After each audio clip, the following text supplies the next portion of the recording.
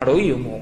అన్నయ్య, నీకు ఎంత పనున్నా ఒక్కరోజు భటుల్ని పంపించు, నువ్వు మాత్రం భోజనానికి నా ఇంటికి రా, ప్రేమతో నేను వండి పెడతానంది యమున. మన్నించి యమధర్మరాజు కార్తీక మాసంలో శుక్లపక్షంలో విధియ తిథి నాడు యమున ఇంటికి భోజనానికి వెళ్ళాడు. ఏం చెయ్యాలి అన్నయ్య వస్తే? పరమ ప్రేమతో చిన్నప్పుడు అన్నయ్య ఏం తినేవాడో, ఏదంటే ఇష్టమో ఆ మాటలు చెప్తూ, కబుర్లు చెప్తూ, ఇంకొంచెం తిననయ్యా, ఇంకొంచెం తిననయ్యా అంటూ అన్నయ్యకి ప్రేమగా వడ్డించింది.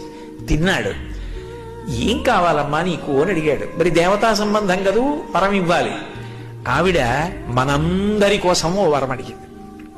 అన్నయ్య, ఇది జ్ఞాపకం పెట్టుకుని ఈ తిథి నాడు ఏ అన్నయ్యని, ఏ తమ్ముణ్ణైనా సరే, ఏ అక్క అయినా, ఏ చెల్లైనా ఇంటికి పిలిచి అన్నం పెడితే ఆ అన్నం తిన్నందుకు ఆ అన్నకి కానీ తమ్ముడికి కానీ అపమృత్యు దోషం లేకుండా చెయ్యన్నయ్యా.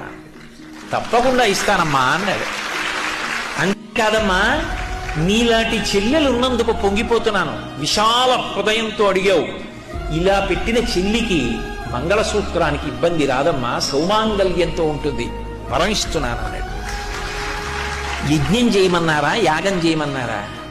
ఏడాదికి ఒక్కసారి భగినీహస్త భోజనమని తోడ పుట్టిన దాని ఇంటికి వెళ్ళి అన్నం తినమన్నాడు. ఆ తిథి జ్ఞాపకం పెట్టుకుని ప్రేమగా ఉన్నాడు ఏమో. అన్నయ్య, నీకు ఎంత